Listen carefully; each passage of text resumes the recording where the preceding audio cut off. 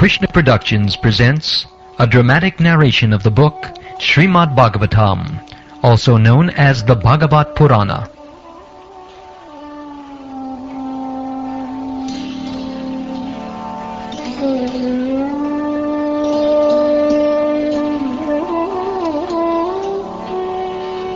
Srimad Bhagavatam is an epic philosophical and literary classic, and it holds a prominent position in India's voluminous written wisdom. The timeless wisdom of India is expressed in the Vedas, ancient Sanskrit texts that touch upon all fields of human knowledge.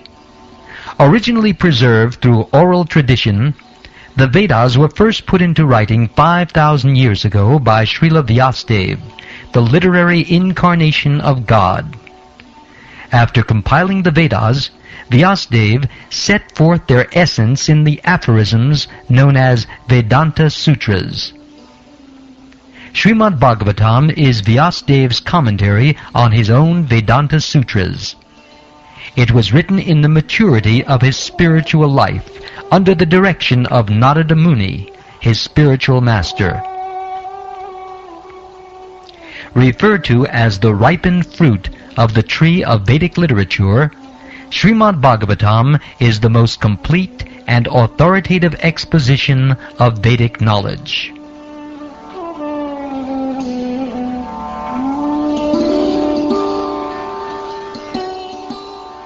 After compiling the Bhagavatam, Vyasa impressed the synopsis of it upon his son, the sage Shukdev Goswami.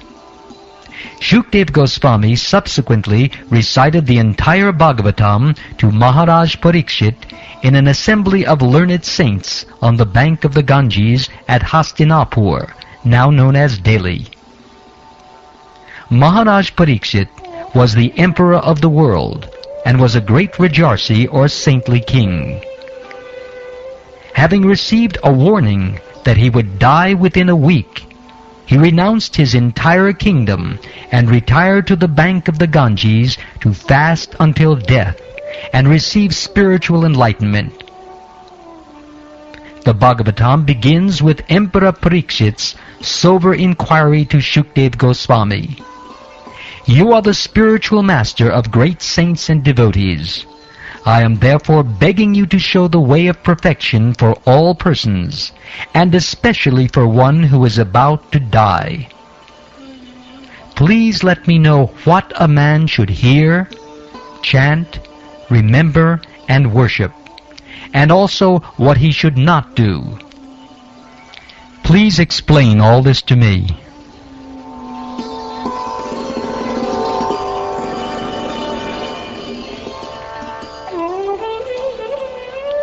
Shukdev Goswami's answer to this question, and numerous other questions posed by Maharaj Parikshit concerning everything from the nature of the self to the origin of the universe, held the assembled sages in rapt attention continuously for the 7 days leading to the king's death. The sage Suta Goswami, who was present on the bank of the Ganges when Shukdev Goswami first recited Srimad Bhagavatam, later repeated the Bhagavatam before a gathering of sages in the forest of Naimisharanya. Those sages concerned about the spiritual welfare of the people in general had gathered to perform a long continuous chain of sacrifices to counteract the degrading influence of the incipient age of Kali. In response to the sage's request that he speak the essence of Vedic wisdom, Suta Goswami repeated from memory the entire 18,000 verses of Srimad Bhagavatam as spoken by Shukdev Goswami to Maharaj Parikshit.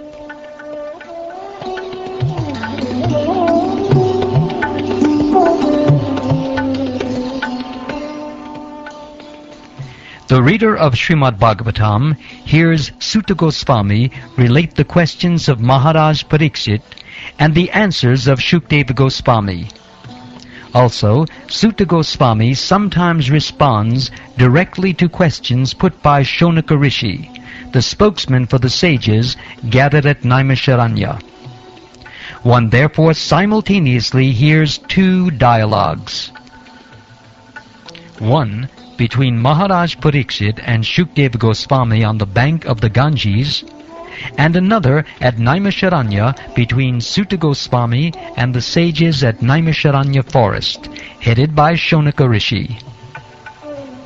Furthermore, while instructing King Pariksit, Shukdev Goswami often relates historical episodes and gives accounts of lengthy philosophical discussions between such great souls as the saint Maitreya and his disciple Vidura. With this understanding of the history of the Bhagavatam, the listener will easily be able to follow its intermingling of dialogues and events from various sources. Since philosophical wisdom, not chronological order, is most important in the text, one need only be attentive to the subject matter of Srimad Bhagavatam to appreciate fully its profound message.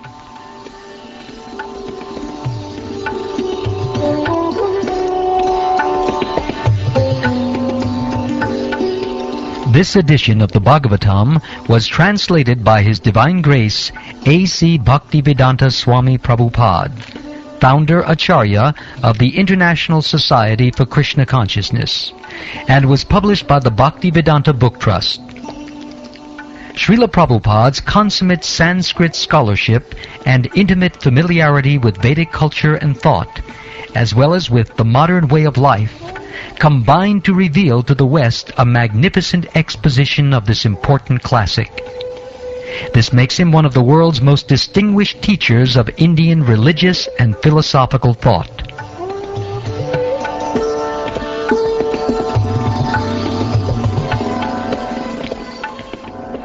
The book itself contains numerous commentaries with each verse. However, these have been omitted from this narration only to keep the number of tapes comprising this series to a limited amount, and to present the continuity of the translations so that the listener may easily remember the stories and their philosophical points. Nonetheless, it should be clearly understood that if the listener wishes to unmistakably and truly comprehend the meaning of each verse, then he or she must first read the commentaries.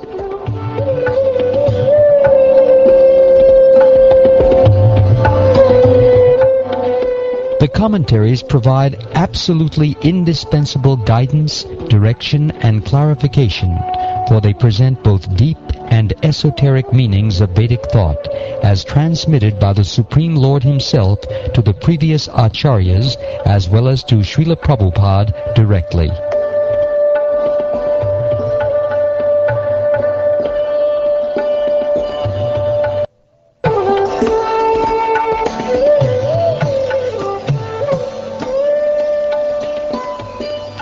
This narration has been inspired by and is dedicated to His Divine Grace A.C. Bhaktivedanta Swami Prabhupada, to Lord Chaitanya Mahaprabhu and Lord Nityananda Prabhu, and to Lord Sri Krishna and Srimati Radharani, and to all their eternal associates. Taking shelter of their lotus feet, I, Amala Bhaktadas, pray and beg them to enable me, in spite of my imperfections and weaknesses, to narrate this holy Srimad Bhagavatam in a manner that may give pleasure to their hearts and to their devotees' hearts as well. May all who hear this narration be filled with the constant desire to glorify the Lord and His pure devotees with eternal loving service.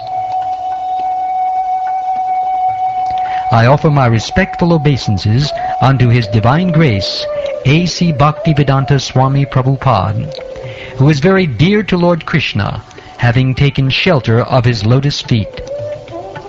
My respectful obeisances unto you, O Spiritual Master. You are kindly preaching the message of Lord Chaitanya Mahaprabhu and delivering the Western countries, which are filled with impersonalism and voidism. All glories unto you. All glories unto you, all glories unto you. Jaya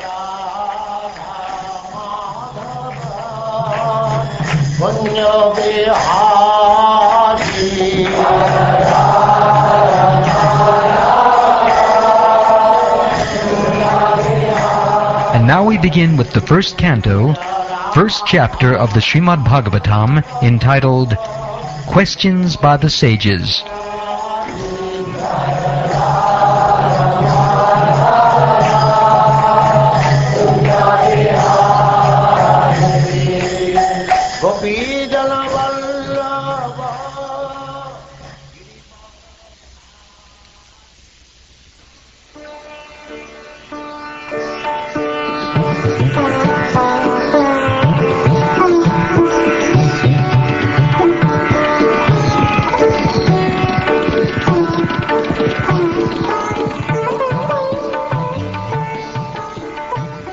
Om Namo Bhagavate Vasudevaya.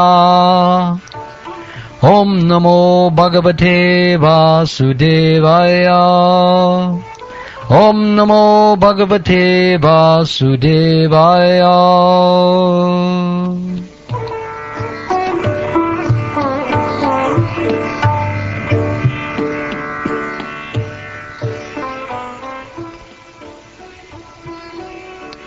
O my Lord, Sri Krishna, Son of Vasudeva, O all-pervading personality of Godhead, I offer my respectful obeisances unto you.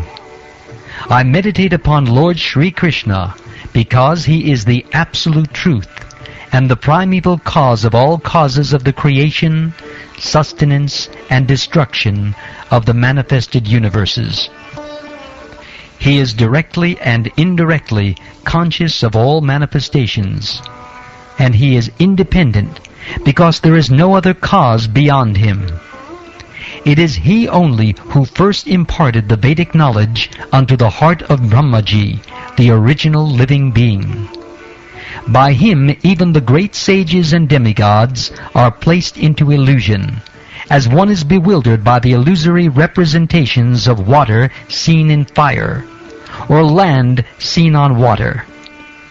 Only because of him do the material universes, temporarily manifested by the reactions of the three modes of nature, appear factual, although they are unreal.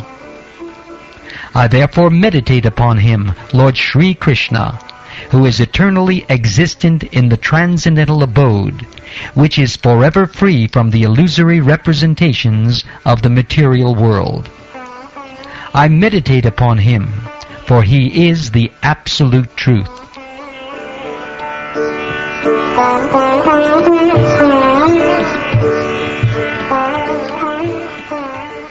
Completely rejecting all religious activities which are materially motivated, this Bhagavad Purana propounds the highest truth, which is understandable by those devotees who are fully pure in heart.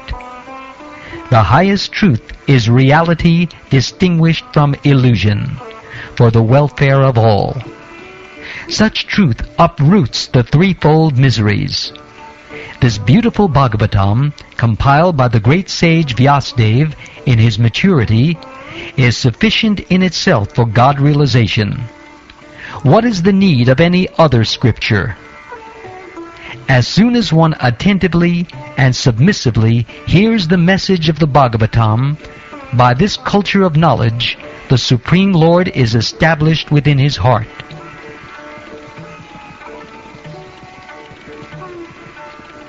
O expert and thoughtful men, relish Srimad Bhagavatam, the mature fruit of the desire tree of Vedic literatures.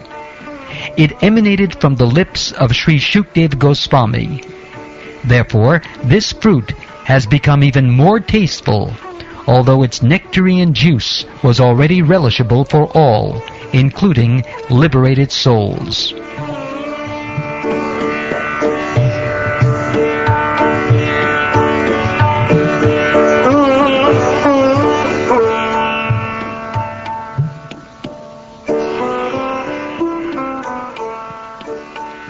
Once in a holy place in the forest of Naimisharanya, great sages, headed by the sage Shonaka, assembled to perform a great 1,000-year sacrifice for the satisfaction of the Lord and his devotees.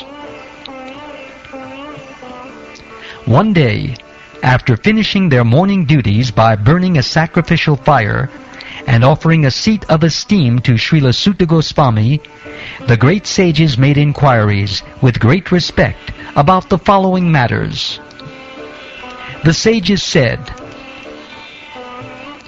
"Respected Sutta Goswami, you are completely free from all vice. You are well versed in all the scriptures famous for religious life, and in the Puranas and the histories as well, for you have gone through them under proper guidance and have also explained them. Being the eldest learned Vedantist, O Sutta Goswami, you are acquainted with the knowledge of Vyasadeva, who is the incarnation of Godhead, and you also know other sages who are fully versed in all kinds of physical and metaphysical knowledge. And because you are submissive, your spiritual masters have endowed you with all the favors bestowed upon a gentle disciple. Therefore you can tell us all that you have scientifically learned from them. Please, therefore, being blessed with many years, explain to us, in an easily understandable way, what you have ascertained to be the absolute and ultimate good for the people in general." O learned one, in this iron age of Kali, men have but short lives. They are quarrelsome, lazy, misguided, unlucky, and, above all, always disturbed. There are many varieties of scriptures, and in all of them there are many prescribed duties which can be learned only after many years of study in their various divisions. Therefore, O sage, please select the essence of all these scriptures and explain it for the good of all living beings, that by such instruction their hearts may be fully satisfied.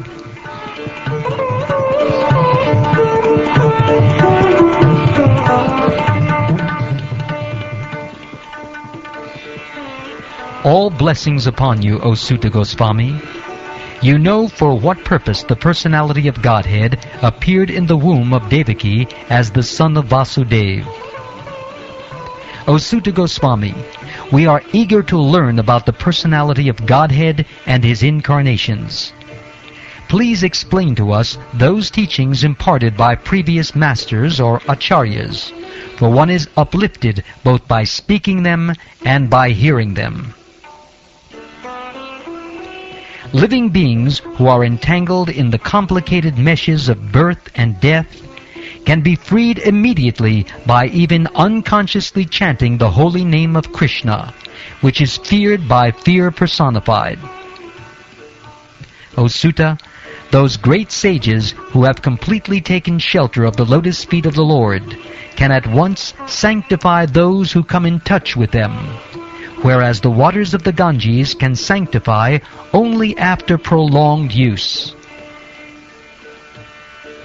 Who is there desiring deliverance from the vices of the age of quarrel, who is not willing to hear the virtuous glories of the Lord? His transcendental acts are magnificent and gracious, and great learned sages like Narad sing of them. Please, therefore, speak to us, who are eager to hear about the adventures he performs in his various incarnations. O wise Sutta, please narrate to us the transcendental pastimes of the Supreme Godhead's multi-incarnations. Such auspicious adventures and pastimes of the Lord, the Supreme Controller, are performed by His internal powers. We never tire of hearing the transcendental pastimes of the personality of Godhead, who is glorified by hymns and prayers. Those who have developed a taste for transcendental relationships with Him relish hearing of His pastimes at every moment. Lord Sri Krishna, the personality of Godhead, along with Balaram, played like a human being, and so masked, he performed many superhuman acts. Knowing well that the age of Kali has already begun, we are assembled here in this holy place to hear at great length the transcendental message of Godhead, and in this way perform sacrifice. We think that we have met your goodness by the will of Providence, just so that we may accept you as captain of the ship for those who desire to cross the difficult ocean of Kali, which deteriorates all the good qualities of a human being. Since Sri Krishna, the Absolute Truth, the Master of all mystic powers, has departed for his own abode, please tell us to whom the religious principles have now gone for shelter.